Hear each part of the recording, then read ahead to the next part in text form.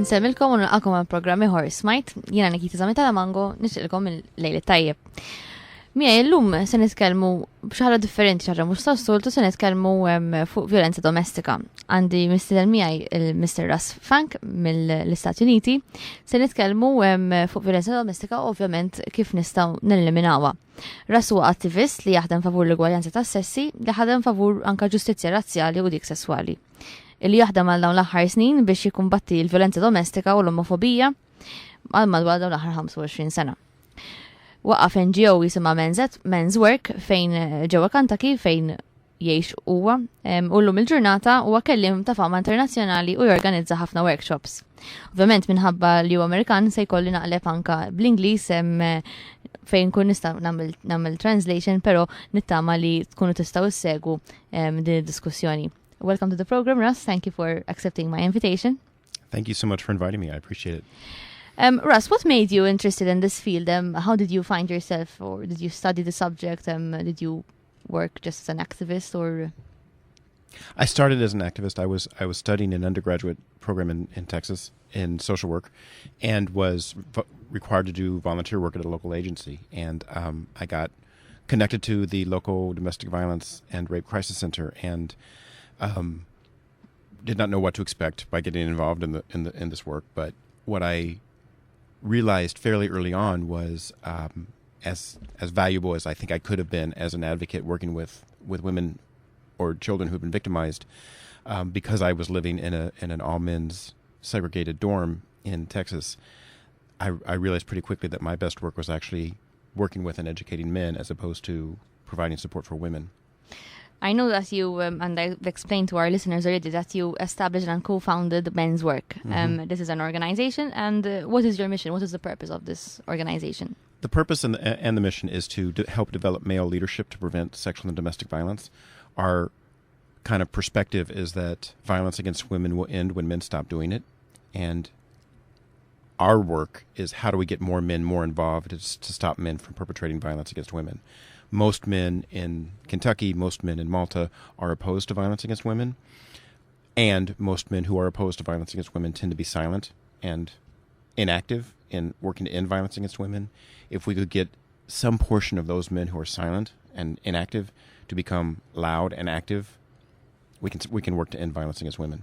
So, okay, this is a very interesting technique. How do you suggest to make this happen? How can you engage men who are usually quiet and silent about this issue?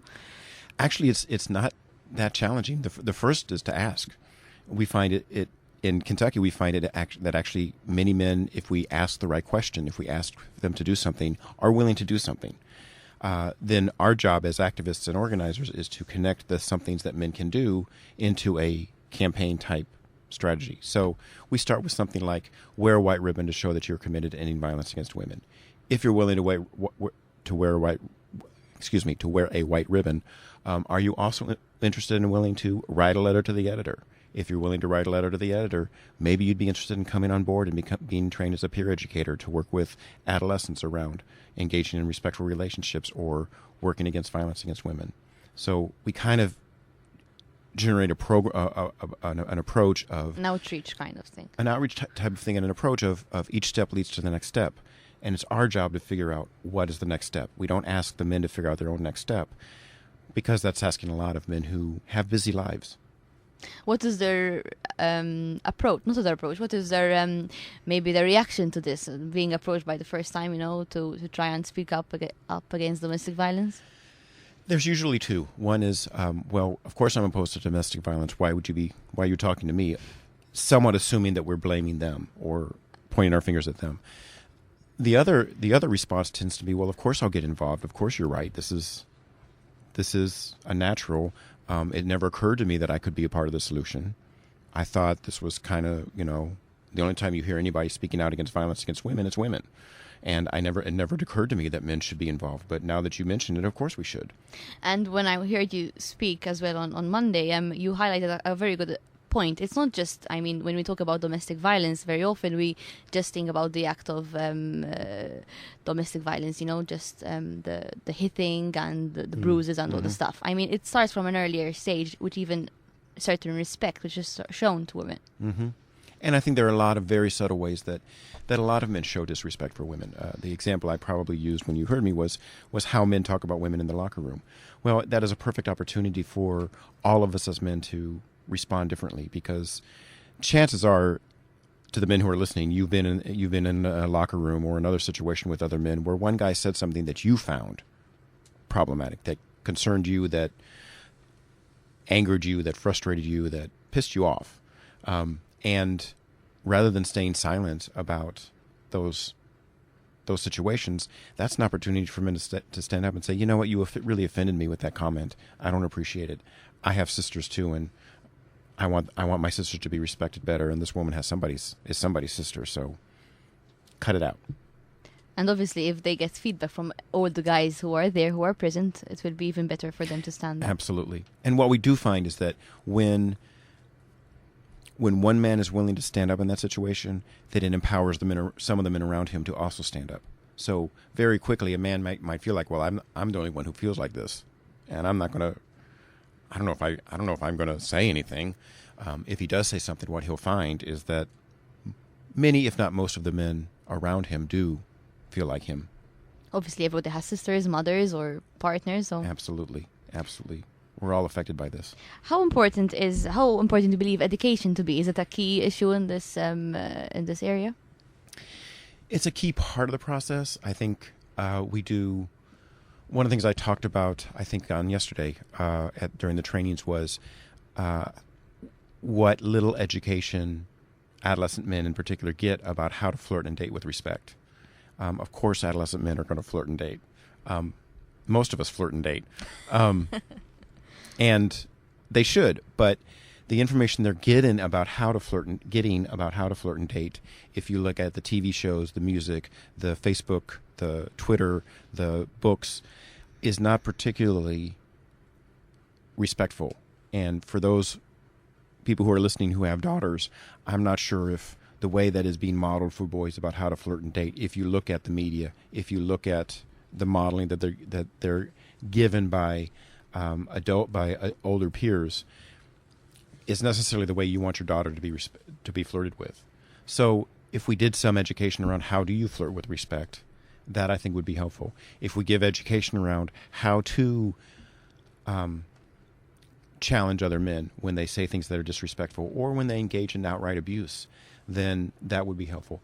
And I think education is only a part of the puzzle. It is a critical piece, but the rest of the work of policy advocacy, of community organizing, of changing social norms, that also has to be approached the part. How do you approach the other part of the puzzle?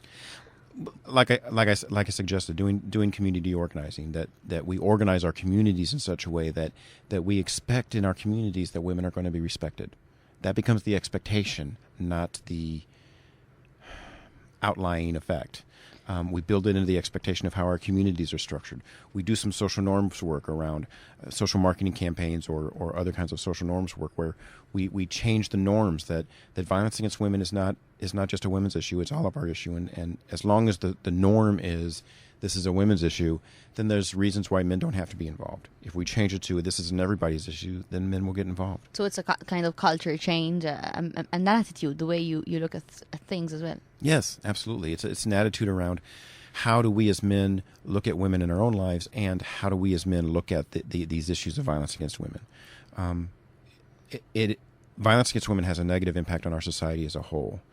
If we want our society to be a better society, we need to end violence against women. Obviously, it's a very interesting perspective and a different way of addressing this issue. What about the results? I mean, obviously, we need to look at results. Is it being effective? Have you conducted any research about maybe the percentage which domestic violence dropped where these communities were changing? We don't have those effects yet. I wish I could say that. How long has it been going on? How long have you started? Because obviously, it's an important. In Kentucky, where we started MensWork, this is our fifth year, so we're still fairly new in this work. Yeah. We are based on a model that's 20 years old in the United States and other parts of the world. What we are seeing, that some of the effects we are seeing, is particularly where they've had more of a long-standing effort, a significant increase in the level of men's involvement. they are showing some changes in some of these social norms, where there's work being done in Washington, D.C., where there's been a very active organization for more than 20 years, in other parts of the world where there have been active efforts for a longer period of time. They are starting to see a change in men's support for the equality of women, men's support for changes in the law to make it harsher penalties against domestic violence. We're starting to see some positive effects in terms of increased, what's the word I'm looking for? Increased levels of respect for women, as demonstrated in different areas of the community, as well as different attitudes that are being expressed towards women. We're not seeing a reduction in violence yet, but I don't think that's far off before we start seeing those changes. Baby steps. Baby steps. Obviously, if I had to generalize, and just for the argument's sake, many people would say that the first step that a woman who's suffering domestic violence should obviously step up and report to law enforcement, get help. We've known nowadays, especially in the local scene, that you don't have to.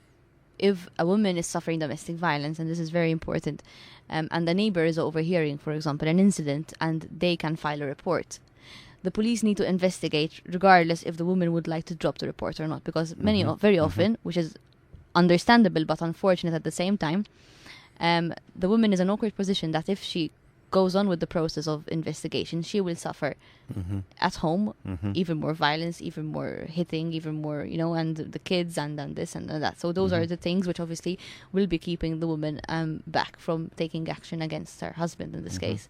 What is your comment about that? I think there's a number of things. I have a number of comments about that. I think doing things to make it possible for women to report to the police and follow through safely is critical. I know there are ways that the legal process can continue without having her continue to be the role. They don't. It's not necessary for her to make a report and be a witness. If her evidence is clear, then they can pursue that case both through the police and through the legal system without her necessarily being a part of the process. And I think there are multiple ways along that process for men to step up. One of the things that we know from the United States and other parts of the world, I don't know for Malta, that there are, most of the time when men are abusive, there are men around him who know that he's being abusive. They may not necessarily see the physical violence, but they see the other kind of implications of his abuse towards her, the disrespect that he shows, the disdain that he expresses, and it may not be constant, but every now and again he'll make a comment about what kind of woman she is, what kind of wife she is, how she's not doing what she should be doing as her appropriately wifely duties, as her role. Those are opportunities that men can step up and hold him to account for treating his partner, treating the mother of his children with the respect that she deserves. How would you suggest? You did give a number of examples on Monday, so I'm looking forward if you can mention them again. I know you were giving the case of when you go to bowling, for example, or then the minister will say the same things, and it really makes sense because society, you get the same vision and the same preach, to put it that way, from different areas in society, from your friends, from somebody at church, for example, and I think maybe it will sink in eventually. I think that's the important thing. You mentioned again the police, that around this issue we have put all of the responsibility on the legal system to arrest and hold men accountable and blah blah blah blah. What would be really helpful is that when a man is accused of or charged with domestic violence, that the men around him hold him to account, and not necessarily, I don't mean necessarily kick him to the curb or defriend him, but say, as my friend, this is not appropriate.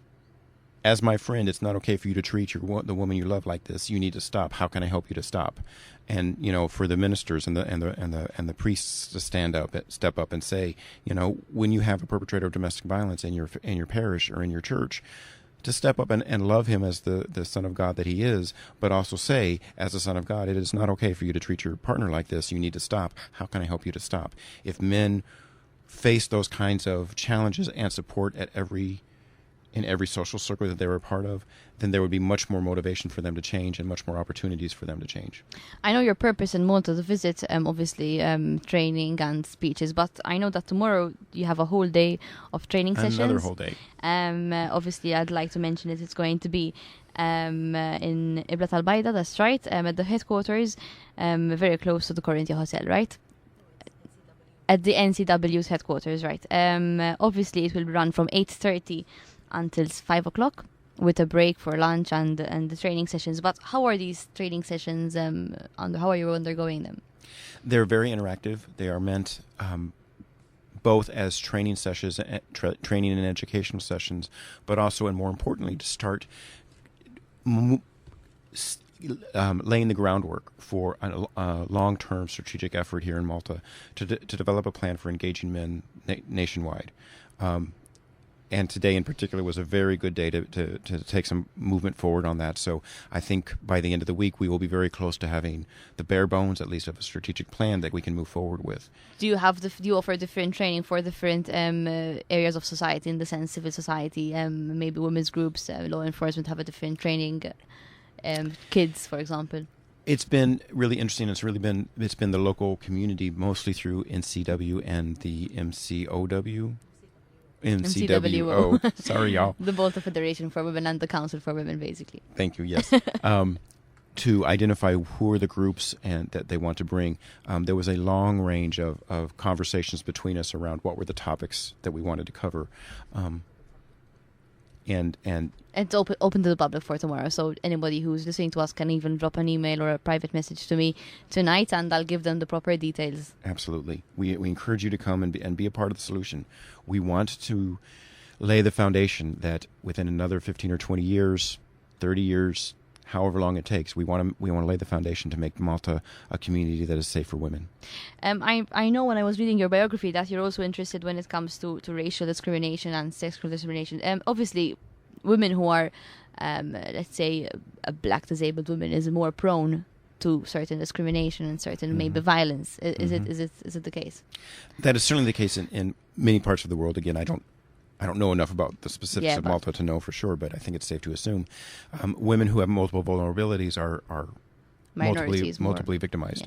Yeah. And I think that's one of the things to take in mind as we keep moving forward with a plan to make Malta safe is what are the particular protections that we need to put in place from a system and society level for those women who have those multiple vulnerabilities.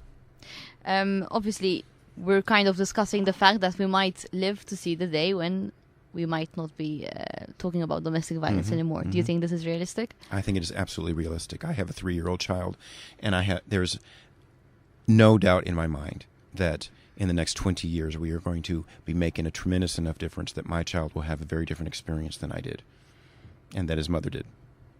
By making the world safer, by making communities safer, I don't think it's realistic to think that we will completely prevent domestic and sexual violence in the next 20 years. Do you believe that, for example, children who witness domestic violence at home, for example, are more prone to being violent themselves, for instance? I don't know. I think that the research is actually very mixed. What we do know is that the children who witness domestic violence, who tend to be more closely bound with their mother, if she was the victim, are less likely to perpetrate domestic violence when they get older. Male children who are more connected with or emotionally bound with their father tend to be at higher rates of perpetrating domestic violence. But even that is open to question. You've been doing this for a couple of years now. What is your experience, maybe the best, most satisfying, something you can share with us tonight? Oh, there's so many. I think, certainly, speaking selfishly, certainly being at a point where I get to be invited to come to a place like Malta and spend a week here is obviously gratifying. I think what's gratifying is seeing the fact that we now have developed an international network of MensWork and men's organizations that are doing this work. We have men's efforts in more than 100 countries right now that are working actively on the ground to end violence against women and girls. In a number of states in the United States and countries around the world, they have created state or national networks of these. Do you get men's support efforts. from government or from large organizations like UNESCO and UNICEF, for example? Different organizations are funded differently. For us, maybe not funds, but at least awareness or support or help through campaigning, for example. I think some of them do. At MensWork, we get no national or state funding. All of our funding comes from our local community, which we have strategically decided to keep going with. I know that the Ford Foundation and some of the bigger foundations in the United States do support this kind of work in other parts of the world, and USAID helps support U.S. funding for international development, helps some of the funds in parts of Latin America and Asia. How important do you think this kind of attitude is good to to educate, especially in developing countries, for example? It's more difficult to access and to kind of train, but maybe it's the most needed areas, or am I assuming? I don't know. What we do know is that men's violence against women is worldwide, yes, and it's definitely. in every sector, it's in every group. And I think some of the most exciting and invigorating work that is being done is coming from the developing countries. So I think that there are many lessons for us to learn about what kinds of things they're doing that they're finding effect in. And in some cases, they're finding the biggest effect because the work they're doing is so, in such difficult situations, they're able to make things happen, and they're making things happen. So our half an hour has flown by. Have you got any comments you'd like to make? Final comments? Just a reminder that domestic violence is not inevitable. We can prevent it. It takes a concerted effort. It takes a mindset and a commitment to making it happen. But I think my experience this week in Malta is that the commitment is there, and we're going to make the change that we need to make Malta a safer place in the next generation. Thank you very much, Russ. Thank you for being with us tonight. Grazzi lilkom is-semmija li kontu magħna. Naf li l-programm kien bl-Ingliż iżda sfortunatament ma stajniex nagħmlu mod ieħor. Min jixtieq ikun jaf iktar informazzjoni u dettalji dwar dan is-suġġett tista' tagħmlu like fuq il-paġna tal-Facebook facebook.com/smajt.nza. Jina nkun ma'kom bħas-soltu bħallum ġimgħa, min jixtieq anke jagħmel kuntatt miegħi biex anke ntih iktar informazzjoni fuq it-topic li tkellimna fuq il-lejla, kemm ħallu messaġġ u jiena nibgħatilkom email u nirrispondikom l-aktar fis possibbli. Grazzi ħafna, nawguralkom il-lejl tajjeb, jiena Nikita Zamita Lamango insellmilkom.